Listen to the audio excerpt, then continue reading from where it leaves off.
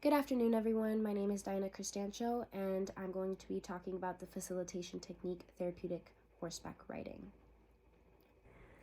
To start off my presentation, I would like to introduce a quote by an ancient Greek sage that said, "The outside of a horse is the best thing for the inside of man." And the reason I want to mention this quote is because throughout this presentation, you will see just how beneficial it is for a person to work with a horse, whether they have a disability or not. Anyways, to describe therapeutic horseback riding in general terms, it is a form of therapy, education, sport, and recreation and leisure that helps achieve physical, cognitive, behavioral, psychological, and social goals. The approach used in therapeutic horseback riding is dependent on the goals identified for a participant, and more specifically, it uses traditional riding disciplines or adapted riding activities to meet these goals. These interventions are usually implemented by Professional Association of Therapeutic Horsemanship International Instructors, also known as PATH instructors. PATH International instructors.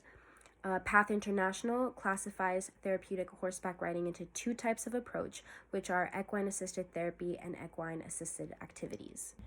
The first approach that I mentioned is equine assisted therapy. This treatment involves equine activities or the equine environment and can be done in a private or group setting. It correlates with hippotherapy, developmental riding therapy, and equine facilitated psychotherapy. Hippotherapy is a treatment implemented into the intervention of other therapies such as physical, occupational, and speech therapies. It uses positioning of a patient and their response to the horse's movement. So a patient might be sitting on a horse and facing the head of the horse or facing the tail of the horse. They can also have both of their legs on one side of the horse, or they can be laying on their back. And based on their position, a therapist might be working on a specific goal. So for example, an occupational therapist can be working on motor coordination, while a physical therapist can be working on strength and flexibility. And a speech therapist could be working on speech and language production and possibly their respiratory system, since it correlates with the production of speech and language. The second one that it correlates with is developmental riding therapy, and it is a multidisciplinary approach that is more challenging and is used after long-term goals are met. This is usually done in a private lesson and focuses on the positioning of the patient on the horse based on the horse's movements. It also works on developing relationships with the patient, therapist, and horse. The difference between developmental riding therapy and hippotherapy is that developmental riding therapy has a more diverse population, broader professional participation, and focuses on equine skills and training. The last one is equine facilitated psychotherapy, and its main focus is to help in assisting participants with social, emotional, behavioral, communication, or cognitive disorders and issues. The second approach is equine assisted activities, which include activities that involve the stable's environment, staff, and equines, such as riding, grooming, and managing the stables. Equine assisted activities can include riding, driving, and interactive vaulting. Riding are the riding skills like posting, positioning, pacing, and establishing gait. Driving work on skills needed to pull a cart or carriage while riding the horse. And interactive vaulting work on skills needed to perform gymnastic exercises on the horse. Now moving on to the history of therapeutic horseback riding. Ancient Greeks used horses as transportation and a given right to all people, even people with disabilities. They were especially provided to people who were described as untreatable or incurable because they knew that it would improve their quality of life and uplift their spirits. In 1875 in Paris, a document by Chassin was found that mentioned how beneficial horseback riding was for people with hemiplegia, paraplegia, and other neurological disorders. During World War I, Olive Sands, a member of the Chartered Society of Physiotherapy, allowed injured veterans to ride her horse at the Oxford Hospital. Liz Hartel, who experienced severe muscle deterioration after having polio, called the attention of equestrian enthusiasts after winning a silver medal in the Helsinki Olympics of 1952 because she competed against riders without a disability in an equestrian event. And after that event, she was known as a pioneer and an advocate for modern therapeutic riding, and she's known as the founder for modern therapeutic riding. In the 1950s, therapeutic riding programs were established in Europe and spread all around the world, and in the mid-1960s and the early 1970s, they developed in the US and in Canada. Recently, research and growth in therapeutic horseback riding has slowed down, sadly, because of little funding. The The main idea of therapeutic horseback riding is to use the movement of the horse as a tool. While on a horse, individuals may be able to function more efficiently, and the goal is to have each participant accomplish goals on the horse and apply it to their life when they aren't riding. Before a participant comes in contact with the horse, whether it's through riding or caretaking or whatever it may be, an assessment needs to be done. This assessment will be filled out by the participant themselves or somebody close to them, like a family member or a therapist who observes them and then fills it out afterwards. When this assessment is done, a lesson plan is created to target certain skills a participant needs to develop. And because we create a lesson plan that caters to specific needs of each participant, therapeutic horseback riding can be used for a large variety of people with disabilities such as orthopedic disorders, neurological disorders, mental health issues, and developmental delays. Therapeutic horseback riding involves the actual riding of the horse as well as other aspects such as mounting, stretching, incorporating games, and activities that don't involve being on top of the horse, such as caring for the horse. Caring for the horse is important because it can target certain goals and individuals' needs, but it also creates a bond between the horse and the participant. It helps strengthen trust and communication for when the participant is ready to ride the horse. Another important aspect of therapeutic horseback riding is mounting. Like I mentioned before, therapeutic horseback riding has a large variety of people that can participate due to adaptations. You can see this in how individuals mount the horse. Some participants may need lifts, ramps, or a facilitator to assist in mounting the horse. While this seems like something very simple, it can create a sense of independence and empowerment once the individual can mount by themselves. Next, there's programming considerations, which include horse selection and training, equipment, safety maintenance, facilitator training, environmental management, orientation, and caring for the animal. For horse selection and training, the horse is usually 5 years old or older because the older the horse, the more patient they are and the less sporadic they are. Another consideration about horse selection can be their size. For example, if a child is going through an intervention, you might want to consider using a pony rather than a full-sized horse. For equipment, there's saddles, safety belts, body harnesses, reins, ramps, and lifts, and this contributes to the adaptations needed for certain participants. Next, there's safety maintenance. Safety checks for hazards in the area should be done frequently to make sure that participants, facilitators, and horses are safe. This also includes making sure that participants are wearing their helmets. Next, there's facilitator training. Individuals have to go to training and pass the PATH International exam to be certified and to facilitate certain interventions. Next, there's the environmental management. So the barns, stalls, stables, pastures, and riding areas should all be managed and maintained and make sure that they're clean so that the horses, the facilitators, and the participants can do their intervention without anything being in their way. Next, there's orientation.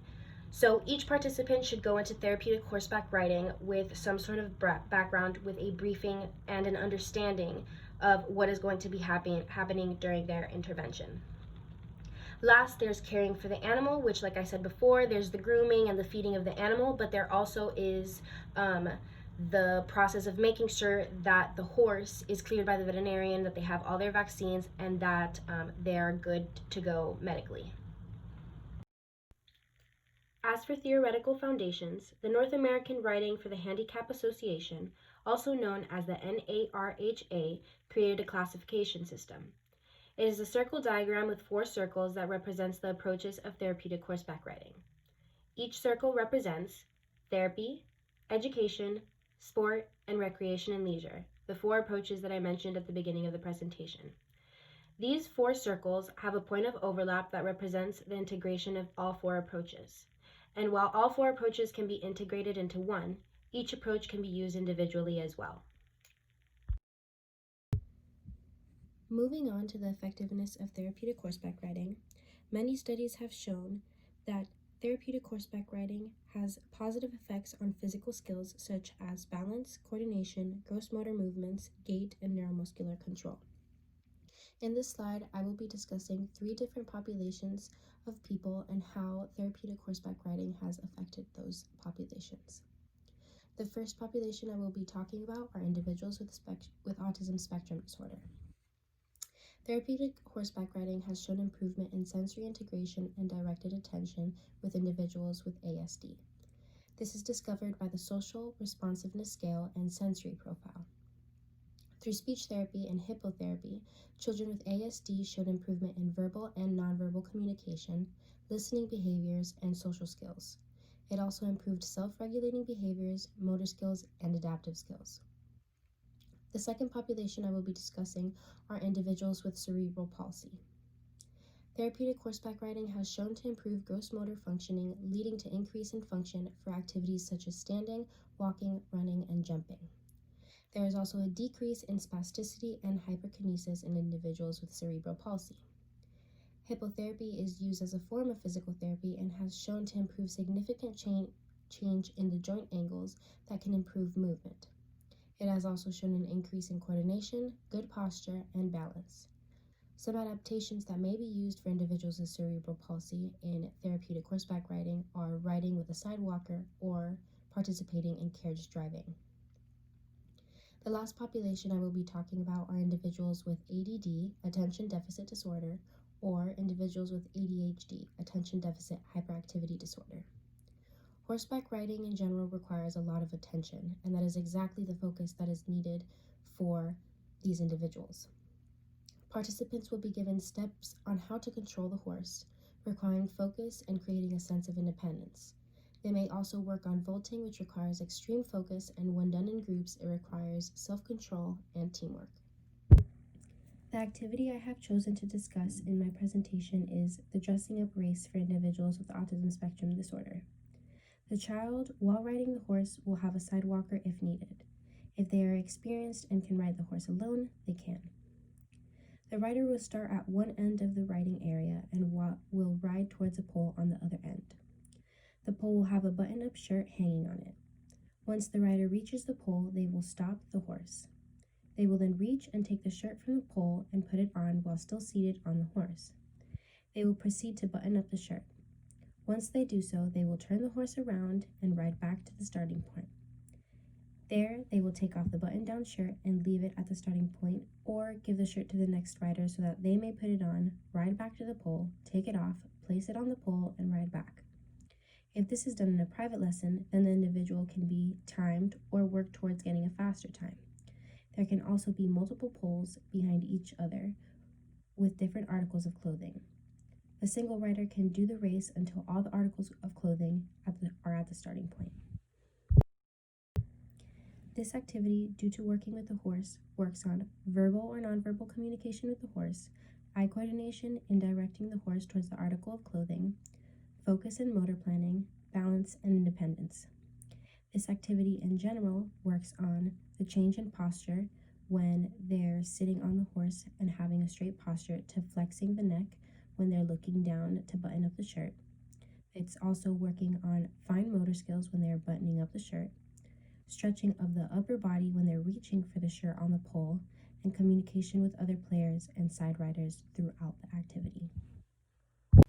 In this video, I'm demonstrating what would occur in my activity. I wouldn't usually be holding the participant in the way that I'm holding the baby here. I would be assisting on the side of the horse by using a lead line.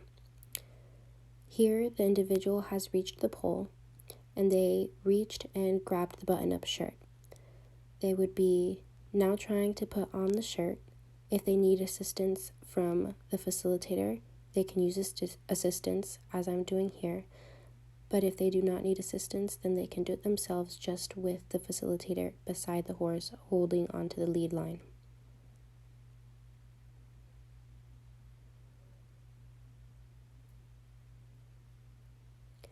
Once the individual has put on the article of clothing successfully, they will turn the horse around with the assistance of the facilitator if needed and ride back to the starting point where they will take off the clothing article and pass it to the next participant or leave it at the starting point.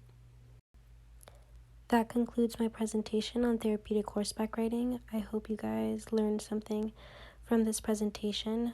I found it very interesting, and I hope you did too. Thank you again for listening, and I hope you guys have a great rest of the semester.